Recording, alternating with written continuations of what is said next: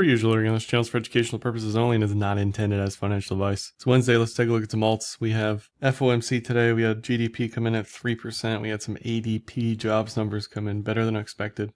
So things are humming, as the kids say, on the economic front here in the US of A. We also have the DXY bouncing by quite a bit. So we've got a IHS, E to E, bullish TK cross, not things you want to see if you're long risk assets. Generally, if DXY is rising, risk assets have trouble going up. This is a headwind, not a tailwind. You can, sail through a tailwind. Headwind. I always screw those up. Whatever. Point is, this is going to be one of the reasons why things slow down or try to reverse here. So if this breakout fails, great. But you already had a falling wedge here that I don't have drawn in. That has started to break up. And again, you can clearly see the triple bottom there. You've also got positioning. Now that everybody's a COT expert after yesterday's video, positioning is favorable for a bullish move just because large speculators are short, commercials are long. So you've got a few reasons for that. Not great. And that, of course, works its way into the liquidity equation, which is now making a multi-month low, multi-week low. This is with the 75-day offset. And as we'll see on alts here, if we look at, just to cut to the chase here, get the total 2, that looks very much like an M double top to me. So we've got some challenging liquidity conditions. We've got an M double top on total 2 that has reached its target. Now, ETH exceeded it, Sol didn't break out. A lot of these alts just kind of didn't go anywhere yet. I think if you're buying alts here, you are fully on board with holding the rest of the year. So maybe take it a little bit slow, as we could see some weakness, and we'll look at the BTC chart in a minute. And that one also is pointing to a pretty explosive move based on volatility. Looking at dominance, still above the 3-day cloud. I know a lot of people celebrated that we went from 65 to 60 or whatever it is here, but still fairly bullish on the 3-day. The last alt season, we ripped lower on the 3-day. And I know a lot of people don't want to hear this, but the longer this goes on, the more money that can eventually roll into alts. So, if you've been holding alts since 21, you've been wrong for years and you're hoping to break even or whatever. But for anyone who's traded this intelligently, you want maximum weight shifting to one side of this equation so that it's easier on a relative value basis to lift the other side of the equation. So this is definitely more neutral than bullish. We'll see if this survives here at the previous high at the cloud. But for alts, I would wait to celebrate. And again, total 2, this could pull back to 1.27, whatever the equivalent key June on the daily is for all of the alts. That's where we could go. It just looks like consolidation or down is going to be easier in the moment than bullish continuation. We also have stablecoins kind of just chilling, not really printing much yet. And this is total 2 against BTC. Also not showing any signs of bullishness here just yet. It is more neutral than bearish, similar to dominance, which is inverse of this. But we're not in bullish territory yet. Good things happen above the cloud. So for alts, that really hasn't happened since 2021. We have gotten some signs here from the politicians that they want to give out stimmies to people again. If we see that, I would imagine the retail crowd would come back to some degree. Just a headline to keep in mind, a policy to keep in mind, especially as we head into midterms. My guess is they would want to send those out before midterms, get everybody all fat and happy on free money, that sort of thing. That's probably a ways off yet, but if we see it, I would imagine it would align pretty well with a breakout here on altcoin overperformance relative to BTC. We also got news today that JPM and Coinbase are teaming up to buy crypto, and I'm with Eric here that buying crypto on exchanges is still way too expensive. I think the whole non-pro versus pro interface where you're charging different fees is highway robbery. That needs to end post-haste. And you can just go and buy this stuff in your brokerage via ETF. Now, of course, I'm on the ETF side because I'm with a company that is trying to put out these ETFs, but it's just cheaper. It's better for everybody. Interesting nonetheless, brings more people in. And if we want to look at more risk metrics, this is HYG, this is junk bonds. Also have a little bit of a challenging level here, kind of double top inverted Adam and Eve with a bear div. None of this stuff really needs to violently pull back to zero. It's just, what is it signaling, right? Is this signaling upcoming strength or maybe some consolidation? This is the weekly. Certainly looks more bullish than bearish, undeniably. And we're not to like crazy levels. This is without dividends. We're not to crazy levels that we've seen pre-COVID. So we have room to go. It's just, what do we expect in the next month and the next 2 months?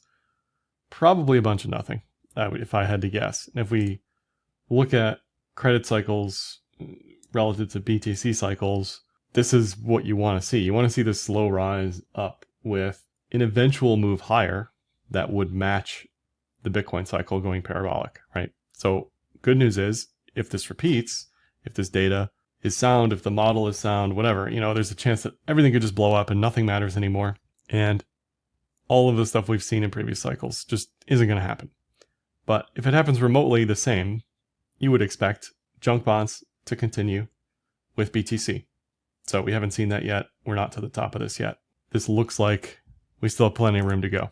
Here's the stablecoin chart. Tether just kind of prints irregardless of what's going on. The USDC kind of just doing a bunch of nothing down here. So not much on that front for stables. If we look at coin, IWM, ETH, and WGMI together, ETH kind of took 2 extra weeks to break out relative to coin and WGMI. So collectively, these two are pretty correlative. So if the rest of the group's pulling back, I wouldn't expect ETH to randomly just outperform.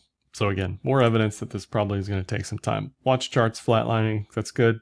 Speculative money on this sort of thing has bottomed for the moment. And again, this looks like the ETH chart. I said this last video before it broke up. Very good sign for that side of the market. And if we look at NFTs, punks look great. Finally catching a bid. Penguins, same deal. Bored apes, same deal. We're off the lows. We're pulling up quite a bit. So there's money rotating around squiggles. Money rotating around in even the more speculative side of alts. Finally. So some of the stuff is definitely waking up. For BTC, we're still in this tight range. We still have a cup and handle target in mind. I still think if we're able to close above 120, in this case, exactly, it's 119.8 is the fractal. If we're able to close above that, I like our odds for continuation. But again, if the dollar is bullish, then liquidity is bearish. BTC may have a harder time breaking up and an easier time breaking down. That's all it comes down to. If this breaks down, I like 110, which was the key tune here. Again, nothing crazy, but if this consolidates and fails, right, then we're probably going back to the breakout level. That's just how these things work. So it's very much an if this, then that statement. And if we look at daily Bollinger Bands and look at Bollinger Band width, we haven't been this tight on Bollinger Bands since March. That led to a breakdown. Before that, we were consolidating for quite some time below the 20-day moving average. In this case, we've been consolidating above the 20-day moving average and just recently started closing below. So this is easily able to be negated, but what you don't want is an extended period of time below the 20-week as we're consolidating on Bollinger Bands. Contraction leads to expansion, and if we are below the 20-day moving average, then more likely than not, we will see a move lower. That's what it's suggesting. So again, nothing here is like a slam dunk, risk on party. Above 120 we can talk, but right here I think it's a little too early.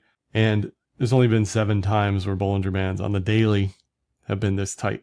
So this is a pretty rare occurrence where we've done nothing, right? And these have been mixed up and down. 2013 up, 2016 up, 2018 down, 2023 up and down. And then more recently, 2025 was down.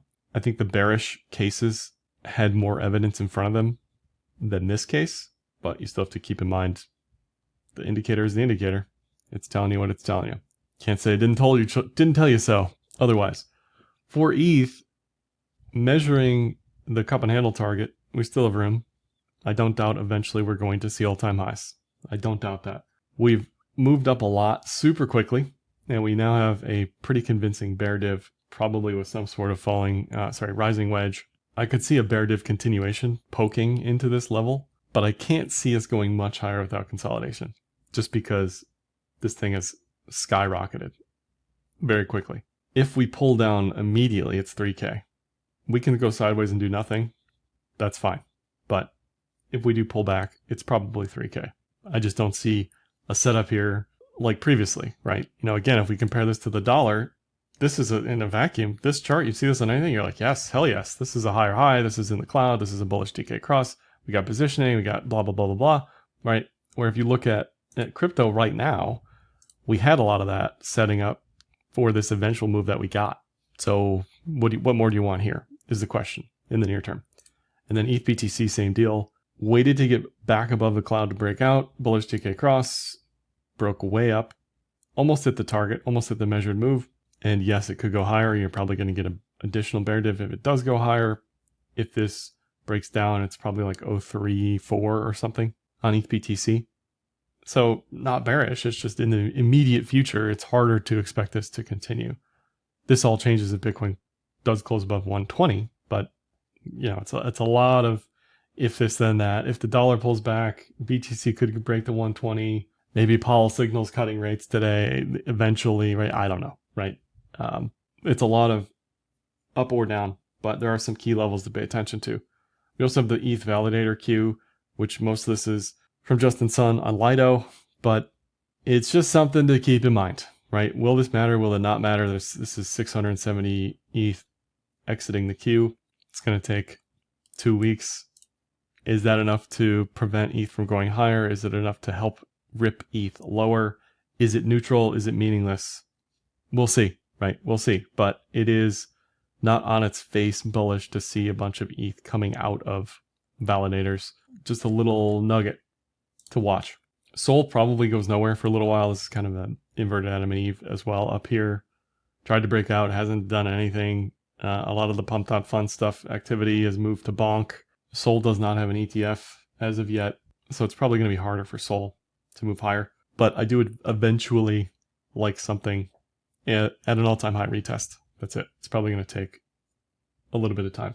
So I don't see anything immediate here either, right? What is there to do here? Probably nothing. This probably goes back to 165 or something. Sol BTC also just waiting to break out. Not really much to say or do here. Tried, gave it all back, sort of back to neutral.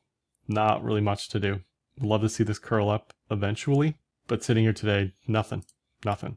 Ripple also failed to hit its target, broke out to a new all-time high and pulled back. Really nothing to say or do there. Sui still has a pretty decent case for a cup and handle. Like ETH, it may take some time to actually play out. I think cycle eventually, we're talking like Q4, something up here if we do break out. But here and now, probably more consolidation. AVAX, same deal, double top in the waiting room for the breakout. LTC may see a breakout Q4 into Q1. That's generally been the MO. If you look on the weekly, you want this going like 250 plus, right? 300-400. You're not really here to trade LTC from 110 to 150. You know, who cares? You want this going much higher. Link daily, same deal. Double top does not look ready for continuation. Now, a lot of these charts, you could get some combination of like double top falling wedge situation, something to watch for, but nothing here. Nothing to do. Aptos, well, not even in the waiting room, right? It is still in the parking lot. It hasn't gotten to the lobby yet, below the cloud. Not much to do on that one. Ondo, giving it all back. H-bar, double top, maker going nowhere, algo, and I think you get the point. Some of these have a combo, double top, inverted cup and handle. Either way, not bullish, you know, just not. We can go to like the 4-hour look at this. We'll delete that. Something like this. Just not the bullishness you'd want to see. Now, could all this stuff cancel? Sure, right? What you'd probably see is the dollar pulling back down. ADA not out of the cloud yet. It's just today, right now, I'd be careful. Dot in the cloud, say, looks okay, but giving it all back. Maybe some combo of head and shoulders, falling wedge. It doesn't look pretty. Altcoin still in the cloud. Flow in the cloud. ICP in the cloud. Matic in the cloud. ARB, like I've drawn on this squiggle, reclaiming a breakout level. Love it. But here, the issue is you're in this huge zone, right? Like this could just keep going. And this is the nightmare. If we go to XYZ, this is your nightmare. If you're trading a range expecting a breakout, you know, this was multiple years of nothing, gets included in the S&P and still hasn't made a new high. So for me, I'd rather just wait for the breakout, wait for the higher high. GRT flat, still above the cloud, looks better than most. I still like this at a higher high. TIA looks far worse than most, way below the cloud, just huge downtrend. Not for me. SDX at the cloud, VLO in the cloud, INJ above, trying to consolidate at that level there. So again, I like this at highs. If this can consolidate, hold, breakout, love it. But for the moment, I'd be careful. Near, holding above the cloud barely, fat. And some of these, you know, like I wouldn't just call them off completely because this is the first cloud twist, Kumo twist since last year. So I don't doubt that these could have a chance. It's just right here, right now. Probably is going to take some time. We'll zip through the rest of these. Fat, no. Ocean, no. IMX, no. ENA has been a nice outperformer. Didn't quite get to the levels I'd want to be selling, but still looks fine up here. No real issues for me. I'm not a buyer. I'm not a seller. Curve, nice breakout. Just consolidating. Nothing really to say there. PIF below. BNB broke out a bunch, but I just don't really trade BNB, honestly. So I don't really see much of anything here on the alt front. Memes real quick. Doge pulling back a bunch. SHIB down. Pepe down. Bonk way down. Whiff back in the range. Floki. So for the most part, on everything I want higher highs, I want to see some consolidation. I want to see these bear divs play out. I want to see BTC back above 120. If we can see that, if we can see BTC run, we will probably see alts go for a run, go for a little jog. But in the moment, it's going to be challenging just because a lot of that relative value has already swung back to total 2 from BTC. And it's this ping pong seesaw yo-yo game when the hot ball of money feels ready. That's all I got for this one. Give me a like, dislike, comment, share, subscribe, and happy trading.